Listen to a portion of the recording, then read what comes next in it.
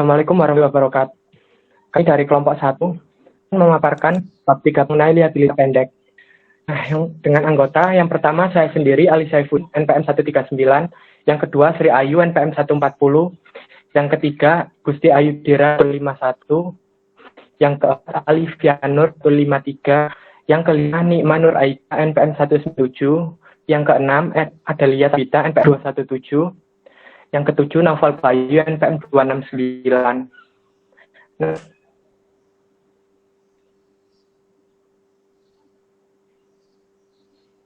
Next slide. Oke, untuk materi yang pertama yaitu pengertian liabilitas.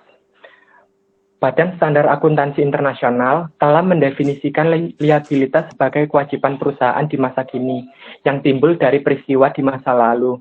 Nah, di mana penyelesaiannya diharapkan mengakibatkan keluar dari sumber daya perusahaan yang manfaat ekonomik yang positif. Next.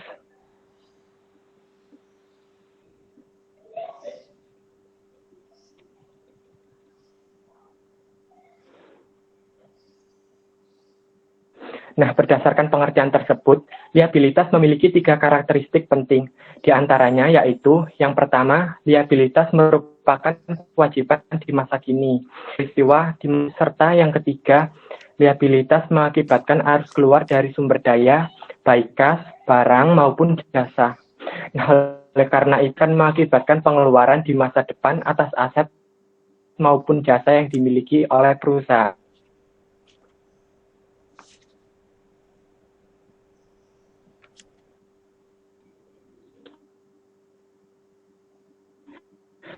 Yang selanjutnya yaitu liabilitas jangka pendek atau yang biasa disebut dengan current liability akan dilaporkan bila salah satu dari kedua kondisi berikut terpenuhi. Nah, yang pertama, liabilitas tersebut diharapkan diselesaikan dalam siklus operasi normal. Atau yang tersebut diharapkan diselesaikan 12 bulan sendiri merupakan periode waktu yang berlalu antara periode perolehan barang dan jasa yang terlibat dalam proses manufaktur dan realisasi kas akhir yang di masa mendatang. Next.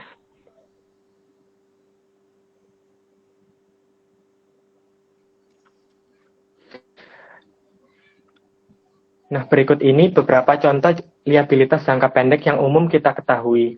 Di antaranya yaitu utang usaha, wesel bayar, bagian lancar dari utang jangka panjang, kewajiban jangka pendek yang diharapkan akan dibiayai kembali, serta utang dividen dan lain-lain.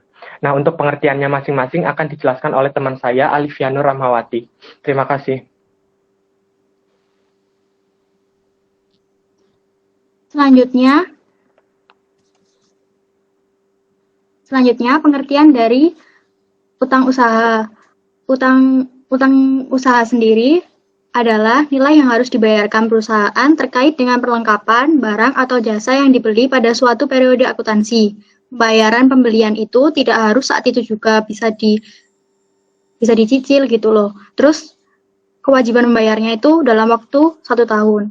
Selanjutnya yaitu utang wesel. Utang wesel itu hutang yang lebih mengikat daripada hutang usaha. Dapat muncul dari transaksi pembelian dan pendanaan. Dapat pula diklasifikasikan sebagai kewajiban jangka pendek maupun kewajiban jangka panjang.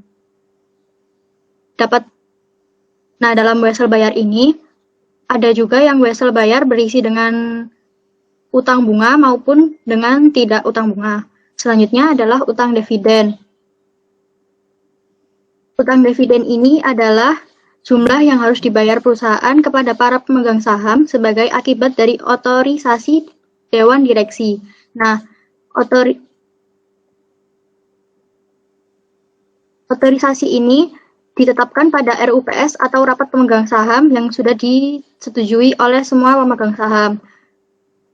Nah, utang dividen ini dibayarkan biasanya dalam waktu jangka 3 bulan. Untuk jangka waktu pendek, biasanya yang dibagi adalah saham biasa. Kalau untuk jangka panjang, biasanya untuk saham yang lainnya. Selanjutnya adalah bagian lancar dari utang jangka panjang. Bagian dari obligasi, wesel hipotek, dan utang jangka panjang lain yang jatuh tempo dalam tahun fiskal berikutnya disebut sebagai liabilitas jangka pendek perusahaan. Nah, perusahaan mengategorikan jumlah ini sebagai bagian lancar dari utang jangka panjang atau current maturities all debt.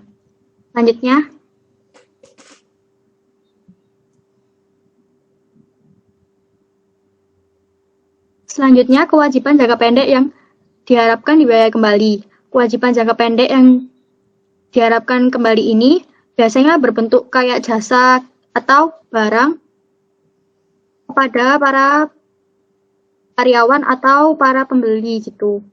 Selanjutnya, pendapatan diterima di muka. Pendapatan diterima di muka ini dicatat oleh perusahaan sebelum mengirim barang atau memberikan jasa. Contoh catatannya yaitu kas pada pendapatan diterima di muka. Selanjutnya, kriteria pembiayaan kembali. IASB telah menentukan keadaan di mana kewajiban jangka pendek dapat dikeluarkan dari liabilitas jangka pendek dengan benar. Secara khusus, perusahaan bisa mengecualikan kewajiban jangka pendek dari liabilitas jangka pendek jika pada kondisi tertentu. Kemudian, uang muka pelanggan dan deposit. Uang muka pelanggan dan deposit ini adalah uang yang diterima dari pihak-pihak tertentu seperti karyawan atau pelanggan yang dapat diklaim kembali atau dikembalikan oleh perusahaan. Ya, klaimnya itu bisa dalam bentuk barang dan jasa. Selanjutnya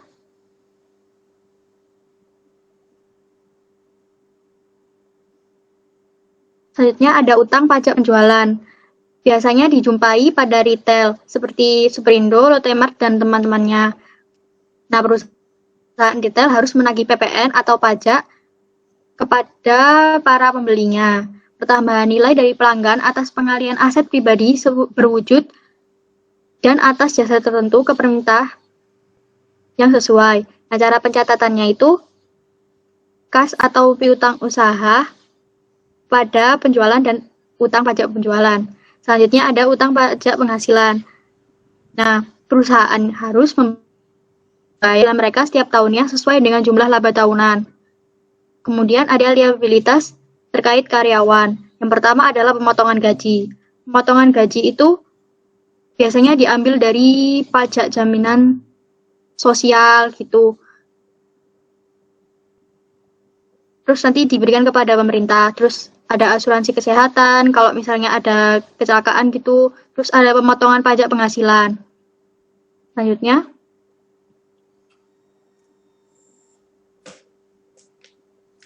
ada cuti berbayar. Cuti berbayar ini adalah bentuk liabilitas dari perusahaan yang mana menghitung absen pekerjaan yang dibayar seperti sakit, liburan, hamil, atau melahirkan atas penghargaan mereka pada perusahaan. Kemudian hak vested, lalu hak tidak diakumulasi. Selanjutnya ada program bagi hasil dan bonus. Beberapa perusahaan kadang memberikan bonus jika karyawan mencapai target tertentu dan memberikan bonus nantinya itu akan dimasukkan ke dalam pengurang dalam menentukan laba neto tahunan. Selanjutnya akan dilanjutkan oleh teman saya.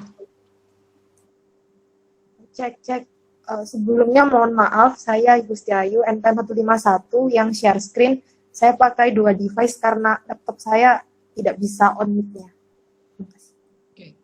Selanjutnya, apa itu provisi? Nah, provisi atau provision adalah liabilitas yang waktu atau jumlahnya belum pasti. Berbeda dengan liabilitas seperti utang, dagang, maupun utang wesel yang memiliki tanggal tagih, provisi itu memiliki ketidakpastian yang lebih besar mengenai waktu atau jumlah pengeluaran masa depan yang diperlukan untuk menyelesaikan kewajiban tersebut. Nah, provisi ini itu ada 3 kriteria jika dia ingin diakui. Pertama, perusahaan memiliki kewajiban dini sebagai akibat dari peristiwa masa lalu. Saya akan mengambil contohnya yaitu Unilever dalam provisi lingkungan mereka. Kita semua tahu kan Unilever itu memproduksi sabun pencuci piring dan juga sabun pencuci pakaian yaitu Rinso dan Sunlight. Dan mereka sempat digugat juga karena dianggap mencemari lingkungan. Kemudian berhubungan dengan nomor 2, kemungkinan besar memerlukan arus keluar sumber daya yang manfaat ekonomi untuk menyelesaikan kewajiban. Jadi Unilever sekarang itu sangat gencar melakukan program-program untuk go green, peduli lingkungan, dan peduli global warming.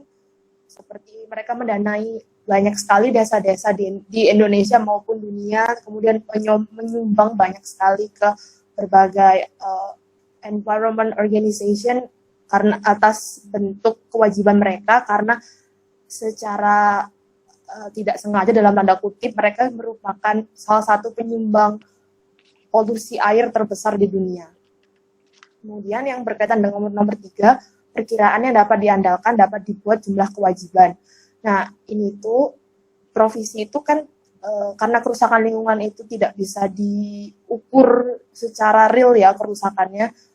Nanti tim kuasa hukum Unilever yang akan menghitung apakah kerugian yang diminta oleh pemerintah maupun Greenpeace itu sudah sesuai atau belum.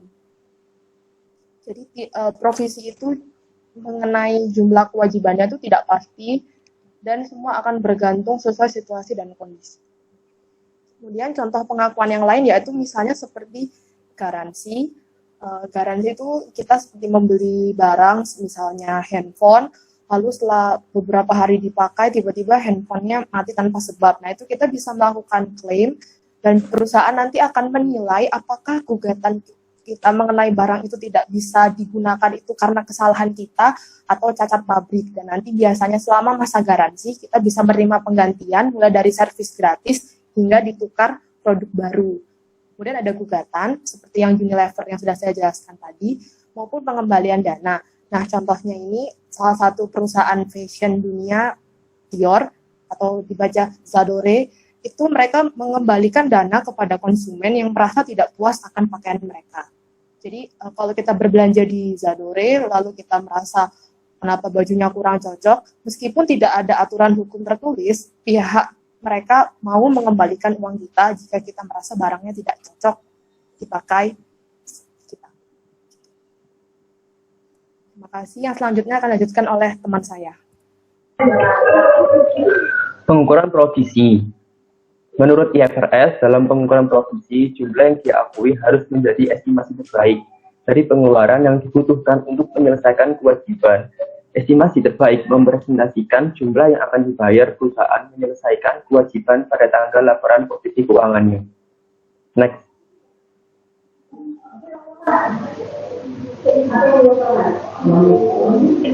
Jenis-jenis umum provisi. Yang pertama adalah perkara pengadilan litigasi. Ligitasi merupakan tuntutan perkara terkait suatu entitas yang sedang berjalan proses hukumnya. Kasus hukum entitas dapat berakibat timbulnya liabilitas yang harus diselesaikan oleh sebuah entitas. Berikutnya adalah provisi garansi. Garansi sendiri adalah suatu jaminan produk yang dibuat penjual kepada pembeli untuk mengganti kekurangan jumlah, kualitas, atau kinerja suatu produk. Perusahaan biasanya menggunakan 2 metode dasar dalam akuntansi untuk biaya garansi. Yang pertama adalah metode basis kas dan metode akrual. Basis kas, dalam metode basis kas, perusahaan menanggung biaya garansi pada saat terjadinya biasanya penjual atau produsen mengenakan biaya garansi untuk periode di mana biaya ini menyesuaikan dengan garansi. Yang kedua adalah basis akrual. Dalam metode akrual, perusahaan mengenakan biaya garansi pada beban operasi pada tahun penjualan. Metode akrual adalah metode yang diterima secara umum. Perusahaan harus menggunakannya meskipun garansi merupakan bagian integral dan tidak terpisahkan dari penjualan dan dipandang sebagai provisi. Yang ketiga adalah premi dan kupon. Perusahaan menawarkan premi kepada pelanggannya sebagai pengganti tutup kotak, sertifikat, kupon, label, atau sebagainya. Sedangkan kupon tercetak ditebus oleh pelanggan untuk potongan tunai atas barang yang dibeli. Tujuan perusahaan menawarkan premi, penawaran kupon, dan potongan harga untuk merangsang penjualan. Dan dengan demikian, perusahaan harus mengenakan biaya premi dan kupon untuk dibebankan pada periode penjualan yang mendapatkan keuntungan dari program tersebut. Yang keempat adalah provisi lingkungan. Seperti provisi sebelum-sebelumnya, dalam provisi lingkungan, perusahaan harus mengakui liabilitas lingkungan. Ketika memiliki kewajiban, hukum sehubungan dengan tidak terpakainya aset jangka panjang dan saat aset dapat diestimasi secara wajar dengan jumlah liabilitas.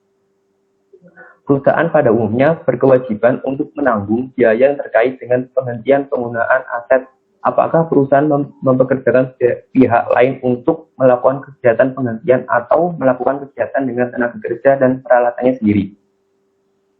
Yang kelima adalah provisi kontrak memberatkan.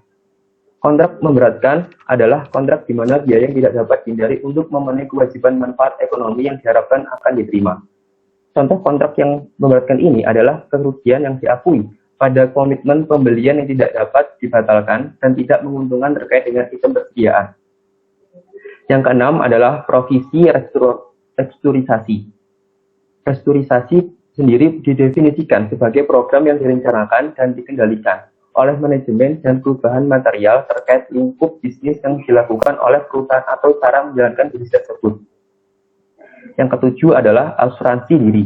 Asuransi diri bukan merupakan asuransi, tetapi risiko asumsi perusahaan yang mengasumsikan risikonya sendiri, menempatkan dirinya dalam posisi menanggung beban atau kerugian pada saat terjadi. Next.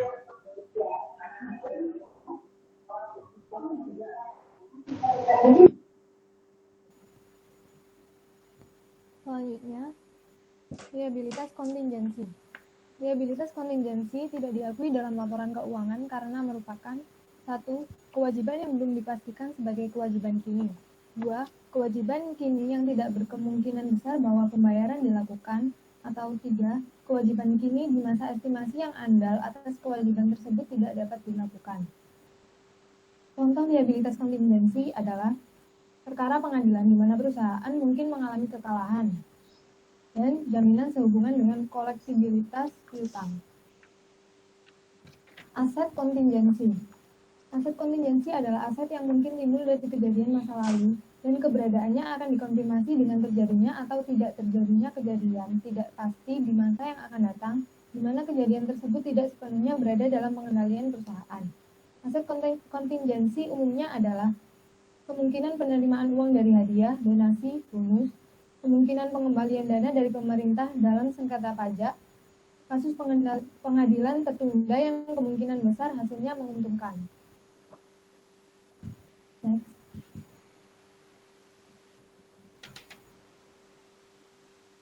Penyajian liabilitas jangka pendek. Liabilitas jangka pendek dilaporkan jika salah satu dari dua kondisi berikut terpenuhi. 1. Liabilitas tersebut diharapkan akan diselesaikan dalam siklus operasi normal, atau liabilitas tersebut diharapkan akan diselesaikan dalam waktu 12 bulan setelah tanggal pelaporan. Next. Analisis liabilitas jangka pendek. Perbedaan antara liabilitas jangka pendek dan jangka panjang sangat penting karena memberikan informasi tentang likuiditas perusahaan. Likuiditas terkait liabilitas adalah waktu yang diharapkan sebelum berlalu pembayarannya. Dengan kata lain, liabilitas yang harus dibayar dalam waktu dekat adalah liabilitas jangka pendek. Nah, di sini ada dua rasio yang memeriksa likuiditas. Yang pertama, rasio lancar. Rasio total aset lancar terhadap total liabilitas jangka pendek. Cara menghitungnya rasio lancar adalah aset lancar dibagi liabilitas jangka pendek. Yang kedua, asites rasio. Cara menghitungnya, kas ditambah investasi jangka pendek ditambah piutang neto dibagi liabilitas jangka pendek. Next.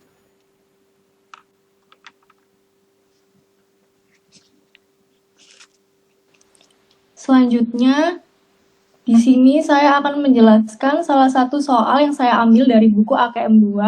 Soal tersebut tentang mencari jurnal penyesuaian untuk pajak penjualan.